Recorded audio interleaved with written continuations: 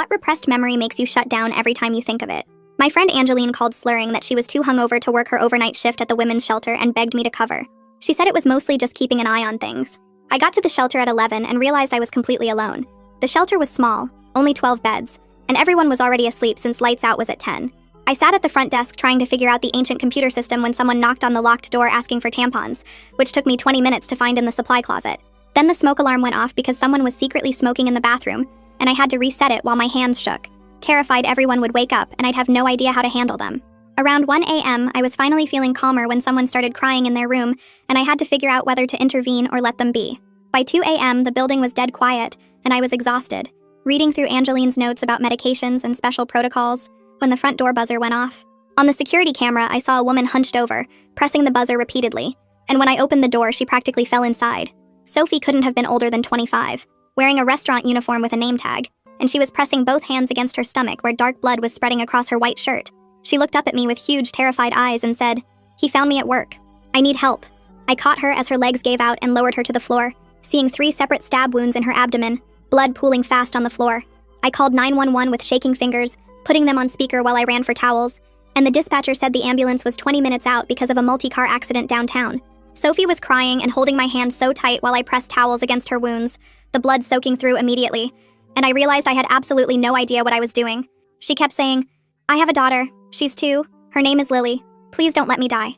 I told her she'd be okay while applying pressure, but there was so much blood and I could feel it warm and sticky on my hands, and I'd never seen this much blood in my life.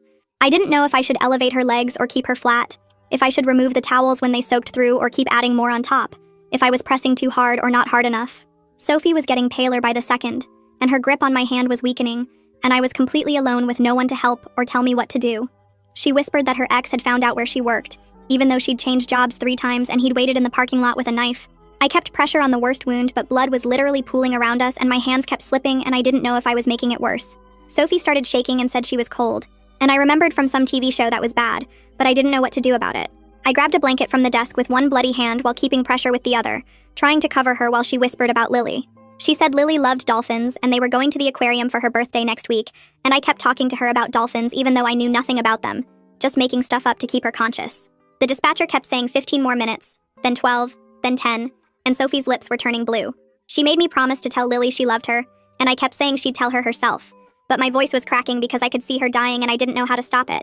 Blood had soaked through 8 towels and was spreading across the floor, and my knees were wet with it and my arms were burning from pressing down. Sophie's eyes started rolling back and I tapped her face, begging her to stay awake, but she wasn't responding to my voice anymore. Her breathing became these tiny gasps with long pauses between them, and I didn't know if I should do CPR, but she still had a pulse, weak and thready under my fingers. The dispatcher was saying something about checking her airway, but I couldn't leave the wounds and there was no one else here. All the residents were asleep, and I was terrified to scream for help, because what if no one knew what to do either? Sophie's hand went completely limp in mine, and her breathing stopped for 10 seconds, then a tiny gasp, then nothing for 15 seconds. I was sobbing now, pressing on her wounds and begging her to breathe, to think about Lily at the aquarium, but her face was gray like paper. I could hear sirens finally, but they still sounded far away, and Sophie hadn't taken a breath in 30 seconds. I started chest compressions, even though I knew it would make the bleeding worse, but she wasn't breathing at all, and I remembered you were supposed to do 30 compressions then 2 breaths, but there was so much blood I was slipping and losing count. My hands were sliding in the blood with each compression, and I could feel ribs cracking and I was screaming, "Sophie! Sophie!" But she was completely unresponsive. The door crashed open and 2 paramedics rushed in with a stretcher and bags of equipment. One dropped to his knees beside Sophie and checked for a pulse while the other pulled out an oxygen mask. They cut away her shirt with scissors, and I saw the wounds were even worse than I thought. The first paramedic started an IV in her arm, while the second one packed gauze into the wounds. They worked fast, not talking except to call out numbers about blood pressure and heart rate. One of them started CPR while the other prepared a bag of fluids that he hung from a pole. They loaded her onto the stretcher and one kept doing compressions as they wheeled her out. I followed them to the door and watched the ambulance speed away with lights flashing and sirens screaming. My whole body shook as I stood there in the doorway covered in blood. The shelter was quiet again, and I realized I was alone with 12 sleeping residents. I locked the front door with shaking hands and checked that all the windows were secure. The blood on the floor looked black under the dim overhead lights. It had spread across half the entrance area and was starting to dry at the edges. I grabbed a roll of paper towels from the desk and got on my knees to start cleaning. The towels just smeared the blood around and turned to red mush in my hands. I went to the supply closet and found a bucket and mop, but the blood had soaked into the floor. After 20 minutes of scrubbing, I gave up because my arms were too tired to keep going. I pulled out my phone and called Fernanda Reed even though it was 3 in the morning. She answered on the second ring sounding wide awake, I tried to explain what happened, but the words came out all jumbled and wrong. She said she was coming right away and told me to sit at the desk and just breathe. I went to the bathroom and turned on the hot water to wash my hands. The blood had dried under my fingernails and wouldn't come out no matter how hard I scrubbed. I used soap and a nail brush, but it was stuck in the creases of my skin. My shirt was soaked with blood that had turned stiff and brown. I sat back at the desk and watched the clock move from 3:30 to 4 to 4:30. Every little sound made me jump, like maybe Sophie's ex had come back. A resident coughed in their sleep and I almost screamed. At 5:30, I heard someone get up to use the bathroom and I tried to look normal. By 6 o'clock, more residents were waking up and moving around their rooms. They came out to get coffee from the kitchen and I pretended everything was fine. One woman asked why there were police lights outside earlier and I said it was nothing important. My clothes were covered in blood, but I pulled my jacket closed to hide it. Fernanda arrived at 7 looking perfect in a business suit even though it was so early. She took one look at me and sent me straight to the staff room. I could hear her on the phone making calls and talking in a calm, professional voice. A police officer showed up about 20 minutes later with a notebook and pen. He asked me to tell him everything that happened from the beginning. I explained about Sophie showing up stabbed and bleeding and what she said about her ex. He wrote it all down without showing any reaction on his face. He asked if I knew the ex's name or what he looked like, and I didn't. After he left, Fernanda came into the staff room and sat down across from me. She said Sophie was in surgery and it was critical, but she was still alive. The relief hit me so hard that I started crying for the first time since it happened. Fernanda handed me tissues and said I did everything I could to help. I pulled out my phone and called Angeline's number with shaking fingers. She answered sounding groggy and confused, like she just woke up. I started yelling about how she left me alone with no training and someone almost died. She started crying and saying she was sorry, but I hung up on her. I couldn't deal with her excuses when Sophie might still die. About an hour later, Detective Edgar Robinson showed up wearing a gray suit and tie. He was older with gray hair and kind eyes that made me feel safer. He explained they were trying to find Sophie's ex and needed more details from me. He asked about every single thing I could remember from when Sophie arrived. What was she wearing? Which direction did she come from? What exactly did she say? I told him about the restaurant uniform and her saying he found her at work. He wanted to know about the wounds and how many there were and where. I described the 3 stab wounds in her stomach and all the blood. He asked what Sophie said about her daughter, and I told him about Lily and the dolphins. Edgar wrote everything down and asked me to repeat certain parts to make sure he got it right. He said they would check security cameras from nearby businesses to track where Sophie came from. Fernanda walked into the room then and told Edgar we could finish this later because she'd arranged for someone else to cover the rest of my shift. She handed me my car keys and said I should go to the hospital to check on Sophie. Edgar nodded and said he'd be in touch soon about the formal statement. I stood up and my legs felt like jelly after sitting for so long. The blood on my clothes had dried stiff and brown, and I could smell it with every movement. I walked out to my car in the parking lot and sat there for a minute with my hands on the steering wheel. The sun was coming up and normal people were starting their day while I was covered in someone else's blood. I started the car and drove to the hospital on autopilot, not really seeing the road. The emergency room parking lot was packed and I had to circle 3 times to find a spot. I walked through the sliding doors and the bright lights made me squint. The waiting room was full of people with various injuries and illnesses. I went to the desk and told the woman behind the glass that I was here about Sophie who came in by ambulance. She typed something into her computer and said Sophie was still in surgery and I couldn't see her because I wasn't family. I asked if there was any update and she just shook her head and pointed to the waiting area. I found an empty chair in the corner and sat down. People kept looking at my bloody clothes and moving away from me. About an hour passed with no news and I was starting to fall asleep in the uncomfortable plastic chair when a nurse in green scrubs walked over. She had a name tag that said Maya Ingram and she crouched down next to me. She said she recognized me from when the paramedics brought Sophie in and wanted me to know Sophie was still in surgery. She couldn't give me details but said the surgeons were doing everything they could. I thanked her and she squeezed my shoulder before going back through the double doors. Another hour went by and a woman in a business suit approached me. She introduced herself as Delaney Morse from the Victim Advocacy Center. She said she'd been assigned to Sophie's case and heard I was the one who tried to help her. She sat down next to me and handed me her business card. She said she knew this was traumatic and offered to help me process what I'd witnessed. She explained about counseling services and support groups for people who'd experienced this kind of violence. I took the card, but couldn't really focus on what she was saying. My brain felt fuzzy, and I kept seeing Sophie's face going gray. Delaney stayed with me in the waiting room and brought me a cup of water from the vending machine. 3 more hours passed with people coming and going around us. Finally, Maya came back out through the double doors. Her face told me everything before she even spoke. She sat down on my other side and said Sophie didn't make it. The blood loss was too severe, and she went into cardiac arrest on the operating table. They tried for 40 minutes but couldn't bring her back. I felt like someone punched me in the stomach. All that blood and pressure and begging her to stay awake, and she died anyway. I started crying right there in the waiting room and couldn't stop. Delaney helped me up and walked me to the bathroom. I locked myself in a stall and sobbed until I threw up. I kept thinking about what I could have done differently. Maybe if I'd pressed harder on the wounds or done the chest compressions better or started CPR sooner. Delaney knocked on the stall door and said it wasn't my fault. She said I did everything I could with no training and no help. But Sophie was still dead and Lily didn't have a mom anymore. I came out of the stall and splashed cold water on my face. Edgar was waiting outside the bathroom when we came out. He said they'd identified Sophie's ex from security footage at the restaurant where she worked. They had his name and address but hadn't found him yet. He needed me to come to the station when I was ready to do a formal recorded interview about everything that happened. I said I could come now, but he looked at my bloody clothes and said tomorrow morning would be fine. Fernanda called my phone and said she needed me back at the shelter to do an incident report. I drove back feeling completely numb.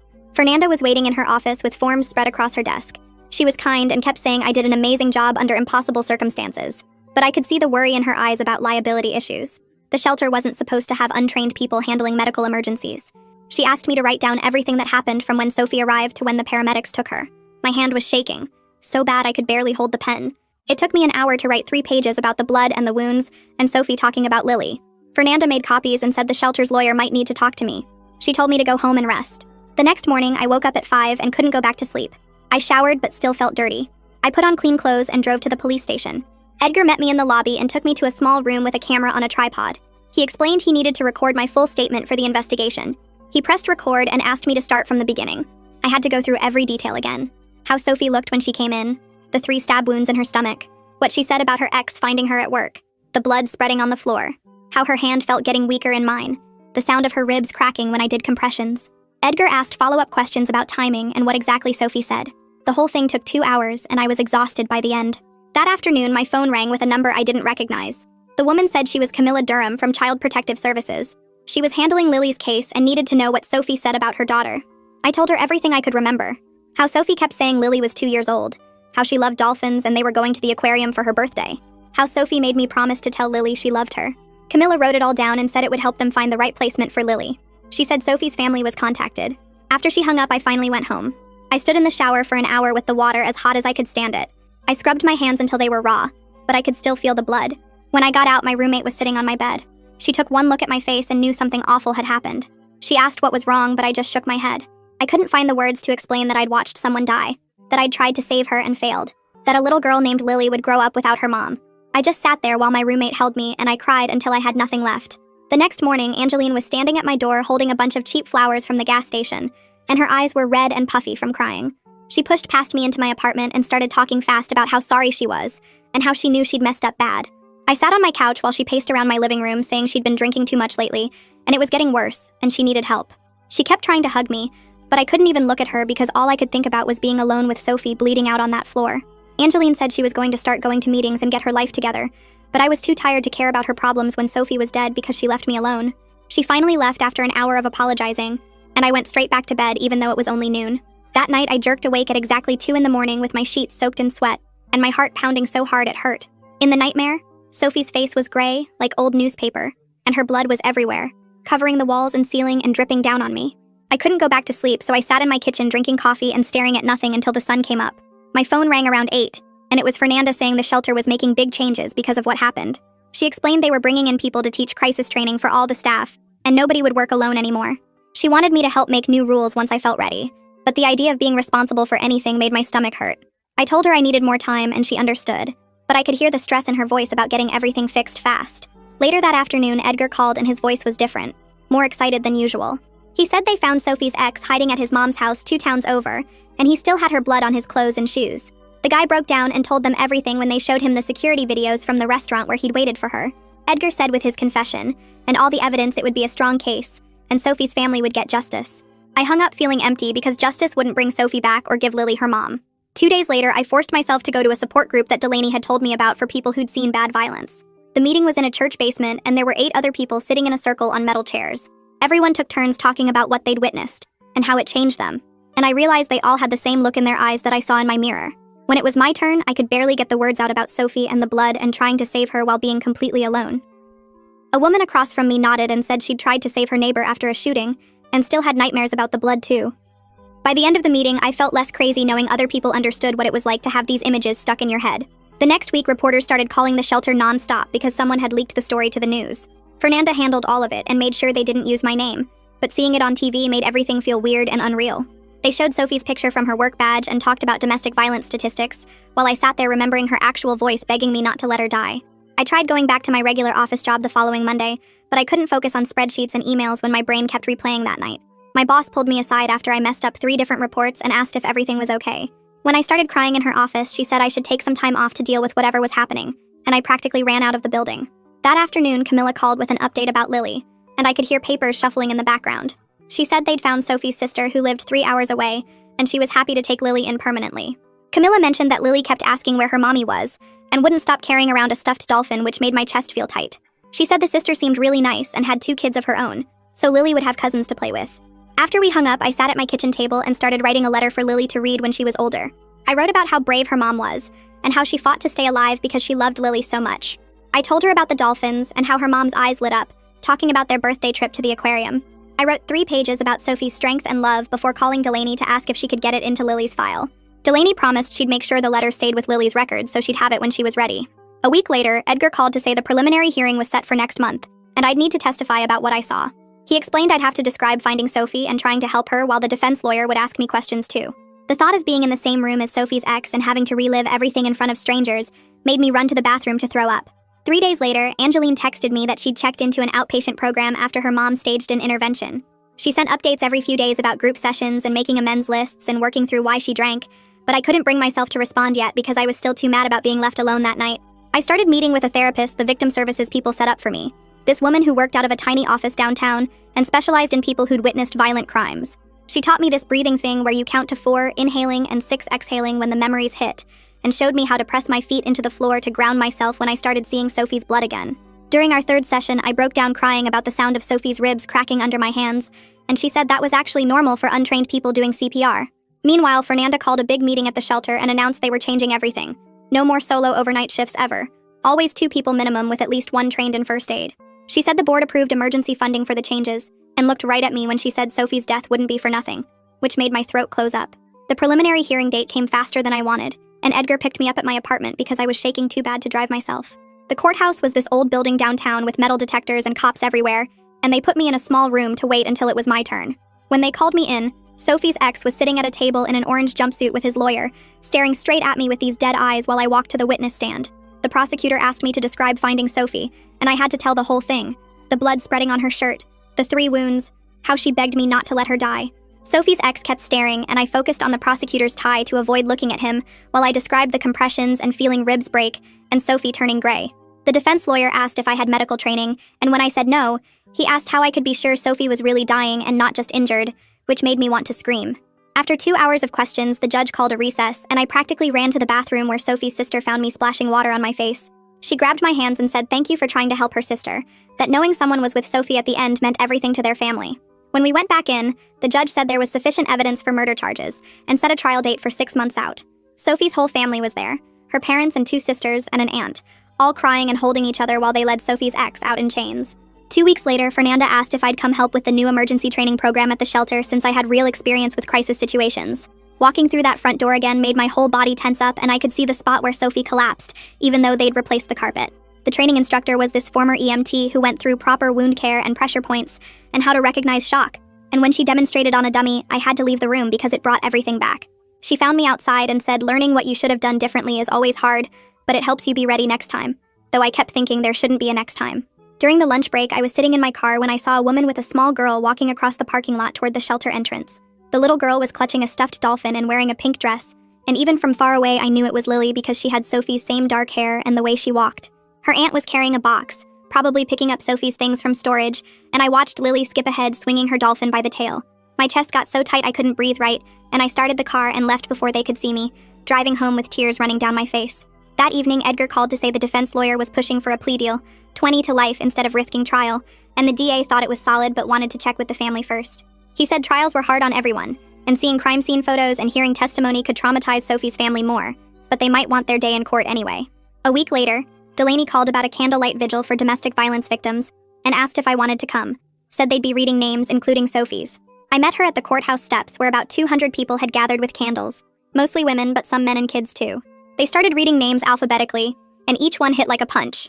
Maria Gonzalez, age 31, Jennifer Hayes, age 26, Lois Johnson, age 44, and when they got to Sophie June, age 24, my candle was shaking so bad the wax dripped on my hand.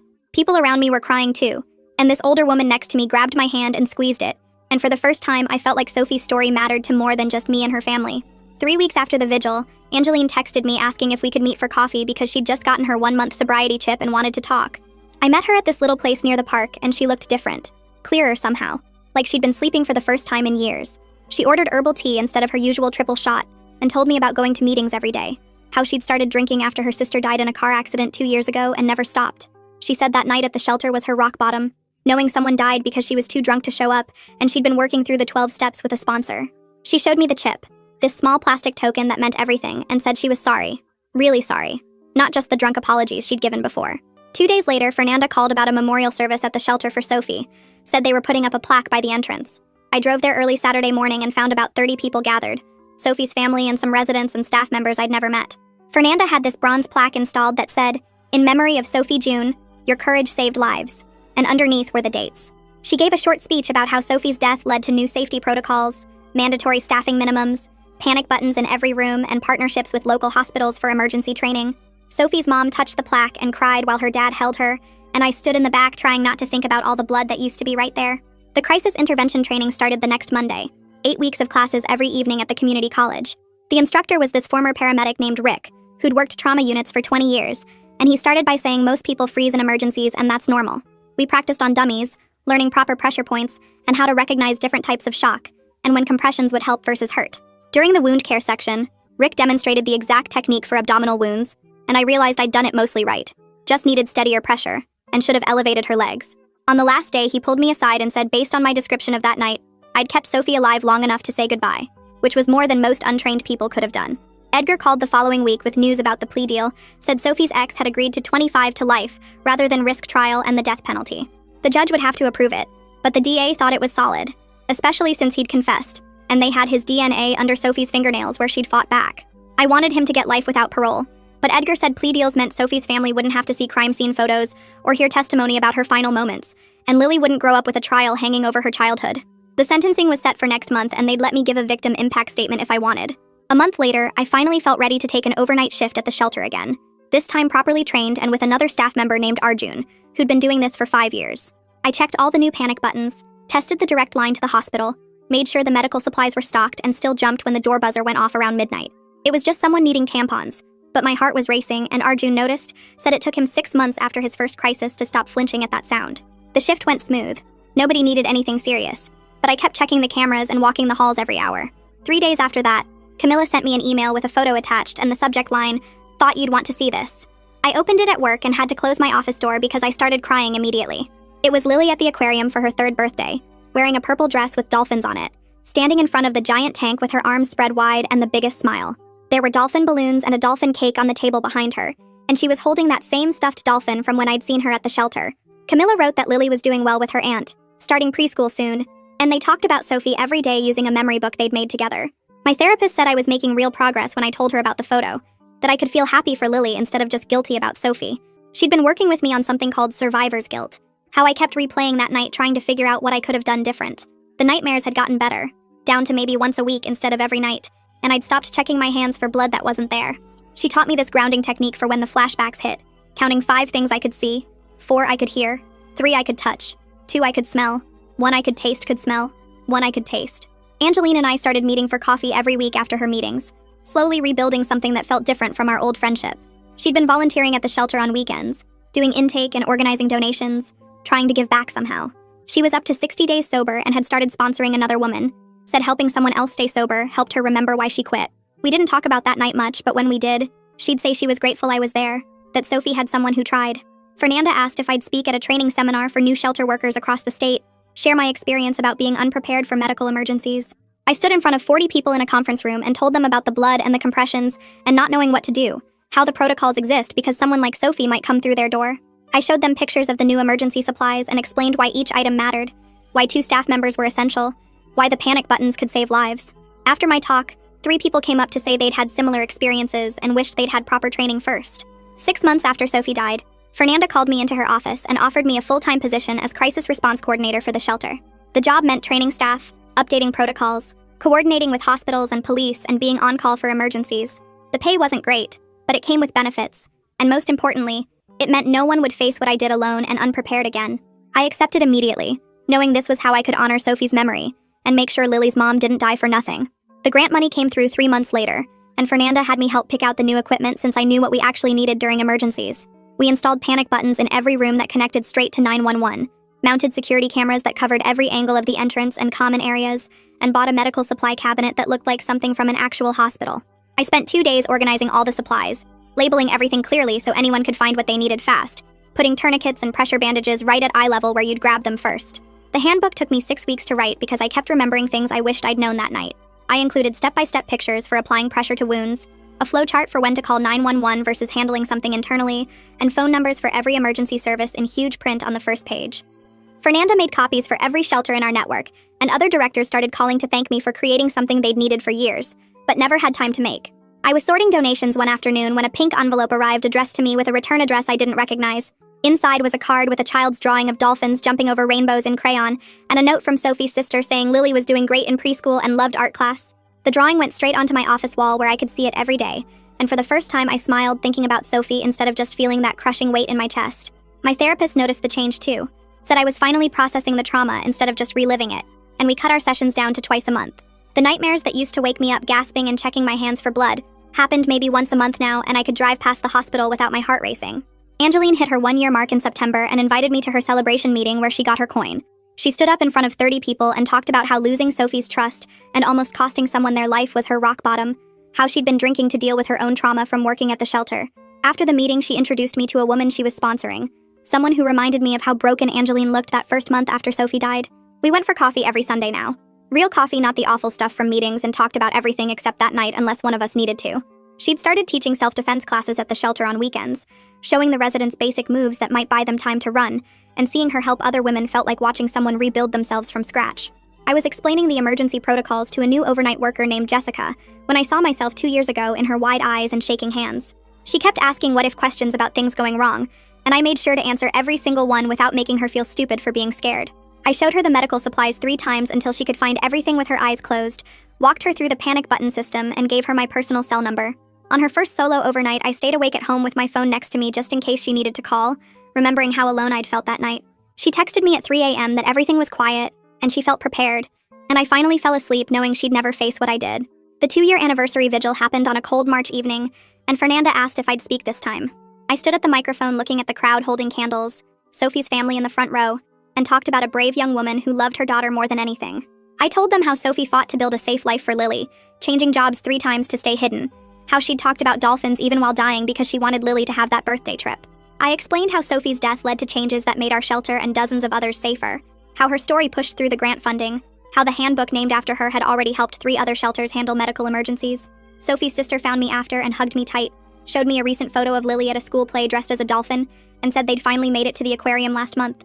These days, I could walk past the spot where Sophie died without seeing the blood, could think about her without my throat closing up, could even talk about that night without falling apart. The shelter felt different now with 2 people always on overnight shifts, the medical supplies that everyone knew how to use, and the panic buttons that gave everyone peace of mind. I kept Lily's dolphin drawing above my desk, and sometimes when I was training someone new or updating protocols, I'd look at it and think about how a 2-year-old girl somewhere was growing up safe and loved because her mom was brave enough to ask for help. All right, that's it from me today. Thanks for tagging along while I wondered about all this random stuff. It's been a fun ride, like the video. It helps more than you think.